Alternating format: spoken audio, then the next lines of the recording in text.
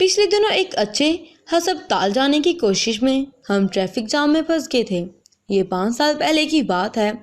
کار کی پچھلی سیٹوں پر میری وائف شعین خود پر ضبط کرنے میں کامیاب تھی، مگر میں ناکام تھا کہ میرا دل بری طرح دھڑک رہا تھا، یہ سوچ کر کہ اگر ہمیں راستہ ملا تو پھر کیا ہوگا۔ اس بارے میں اسے شہر کے قریب ترین ہسپتال میں لے گیا۔ صبح کے 4 بج رہے تھے۔ وہ زچہ بچہ وارڈ میں پہنچی اور چلی گئی۔ میں وارڈ کے باہر ہی کھڑا تھا، انتظار کر رہا تھا۔ میں جا کر بیٹھنے کو دل نہیں چاہ رہا تھا، اور اس وقت ہسپتال میں سختی بھی نہیں تھی کیونکہ بشرطیہ عملہ سو رہا تھا۔ شعین 20 منٹ کے بعد باہر آ گئی، کہنے لگی ڈاکٹر نے زیادہ سے زیادہ چلنے کا حکم دیا ہے۔ میں نے اندازہ پوچھا تو گویا تمہارا وقت پورا ہو چکا ہے۔ وہ میرے 2 معنی جملے پر مسکرائی اور راہداری میں اس کو کونے سے اس کے کونے تک چلنے لگی۔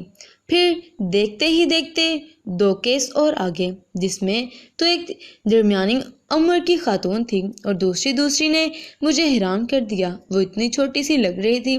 میں نے حیرت سے دیکھا، کیا واقعی وہ بھی پریگننٹ ہے؟ وہ ایک بڑی سی چادر لپٹی تھی اور یقیناً تھی۔ میرے حساب سے تو ابھی اس کی شادی بھی نہیں ہونی چاہیے تھی۔ خیر مجھے کیا، جب وہ دونوں کیس بھی راہداری میں آ کر چلنے لگے تو مجھے شرم آئی۔ میں نے باہر جا کر انتظار گاہ میں بیٹھ گیا۔ 1 گھنٹے بعد جب میں دوبارہ اندر گیا تو دور کسی مسجد سے اسلام پڑھنے کی آواز آ رہی تھی، گویا فجر کی نماز ادا ہو چکی تھی۔ میں نے دیکھا وہ ابھی تک چل رہی ہے، اس کے چہرے پر پریشانی تھی اور درد کے تاثرات ہیں۔ میں اسے کچھ دیر ایک ستون کی اور سے دیکھ رہا تھا۔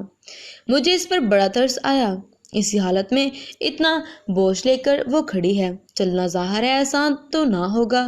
جب میں اس کے سامنے گیا تو اس نے میرے سے فالتو تاثرات فوراً اڑا دیے اور لبوں پر مسکراہٹ سجا لی۔ میں نے کہا، کیا ہوا؟ بیٹھ جاؤ نا۔ اب بولی نہیں، ذرا دیر کے لیے بیٹھ گئی تو لیڈی ڈاکٹر نے اندر سے آ کر ڈانٹنا ہے کہ اس وقت تمہارے لیے زیادہ سے زیادہ چلنا ہی بہتر ہے، ورنہ بچی کو نقصان ہو سکتا ہے۔ میں کچھ دیر وہاں کھڑا رہا، پھر دوبارہ انتظار گاہ میں آ کر بیٹھ گیا۔ صبح جب سورج سر نکالا تو میں نے بھی نیند سے بوجھل آنکھوں پر پانی کے چھینٹے مارے اور اندر جا کر معلومات حاصل کی۔ ہسپتال میں گہما گہمی شروع ہو چکی تھی۔ مجھے یہ جان کر ہرگز خوشی نہیں ہوئی کہ میرے بعد آنے والے دونوں کیس فارغ ہو جا چکے تھے۔ کچھ مایوس ہو کر میں نے سوچا کہ میرے ساتھ ایسا کیوں ہوتا ہے؟ کیا اس بار پھر مجھے غیر معمولی صورتحال کا سامنا کرنا پڑے گا؟ جب میرا رابطہ شین سے ہوا تو اس نے کہا، ہاں کچھ پیچیدگیاں ہیں۔ ایک سینئر لیڈی ڈاکٹر نے کہا ہے کہ تمہیں شام تک دیکھیں گے، اس کے بعد کوئی فیصلہ کریں گے۔ میں ڈر گیا کیونکہ وہ گورنمنٹ ہاسپٹل تھا اور میں جانتا تھا کہ وہاں زیادہ دیر تک کسی کو دیکھا نہیں جاتا، اور میں پریشان تھا، اور وہاں پہ کاٹو کاٹ کر کے پھینک دیا جاتا ہے اور پھر نکس کی آواز لگائی جاتی ہے۔ میں ایک اسررو والے کو پکڑ لایا۔ اس نے ہسپتال انتظامیہ کو تنبیہ کر کے یہ کیس نارمل طریقے سے ہونا چاہیے۔ نارمل کے چکر میں دوسرا دن بھی گزر گیا۔ شعین لبوں پر مسکراہٹ سجائے مجھ سے ملنے آ رہی تھی۔ تیسرے دن ایک بزرگ ڈاکٹر مجھے ایک کونے میں لے گیا۔ تم کیا کر رہے ہو؟ انہوں نے ڈانٹنا شروع کیا۔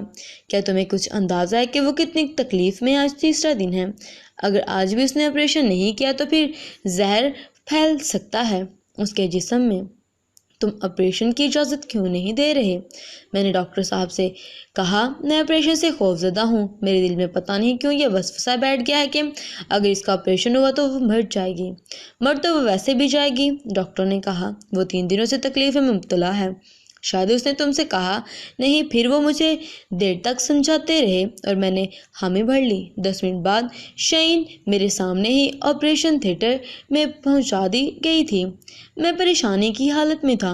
مجھے کچھ سمجھ نہیں آ رہا تھا کہ میں کیا کروں۔ اس حالت میں کوئی بھی انسان اپنی بیوی کے درد کو محسوس کر سکتا ہے، جو کہ اپنی بیوی سے بہت پیار کرتا ہو اور اسے کھونے سے ڈرتا ہو۔ میں نے کہا، میں تو تمہارے بغیر جیتے جی مر جاؤں گا۔ پھر ایک دن ہم دونوں ایک تفریح گاہ میں بیٹھے تھے اور ہمارا پیارا سا بچہ اپنے ننھے ننھے قدموں سے ادھر ادھر بھاگ رہا تھا، کھیل رہا تھا، ہنس رہا تھا۔ اس کی معصوم شرارتیں دیکھ کر دلگیر فیملی والے بھی محفوظ ہو رہے تھے۔ وہ ہر کسی کو توجہ کا مرکز بنا ہوا تھا۔ میں نے شرین کے ہاتھ پہ ہاتھ رکھ کر کہا، دیکھو ہمارا بچہ کتنا پیارا ہے۔ اس نے ایک تعریف سے میرے ہاتھ پر ہاتھ رکھا اور خود فخر محسوس کیا اور کہا کہ ہاں، کیونکہ اس کے ابو بہت پیارے ہیں اور اپنوں سے بہت محبت کرتے ہیں۔ اگر میں اس دن صحیح فیصلہ نہ لیتا، میں حامی نہ بڑھتا اس بات کے لیے، تو شاید میری بیوی اور میرا بچہ کسی مشکل کا شکار ہو جاتے۔ Thanks for watching this moral video. اگر ویڈیو اچھی لگے تو لائک اور شیئر کر دیں، اور مزید اچھی ویڈیوز کے لیے ہمارا چینل ضرور سبسکرائب کریں، اور ہمیشہ اپنے پارٹنر کا ساتھ دیں۔ مشکل حالات میں ہمیشہ اس کے ساتھ کھڑے رہیں، اس کی بہتری کا سوچیں کہ وہ اس وقت کیا چاہ رہا ہوتا ہے۔ کبھی کبھی ہمیں حالات پر کمپرومائز کرنا پڑتا ہے، تو چیزوں کو دیکھیں، جانچیں اور پھر اس کا سٹیپ لیں۔ Thanks for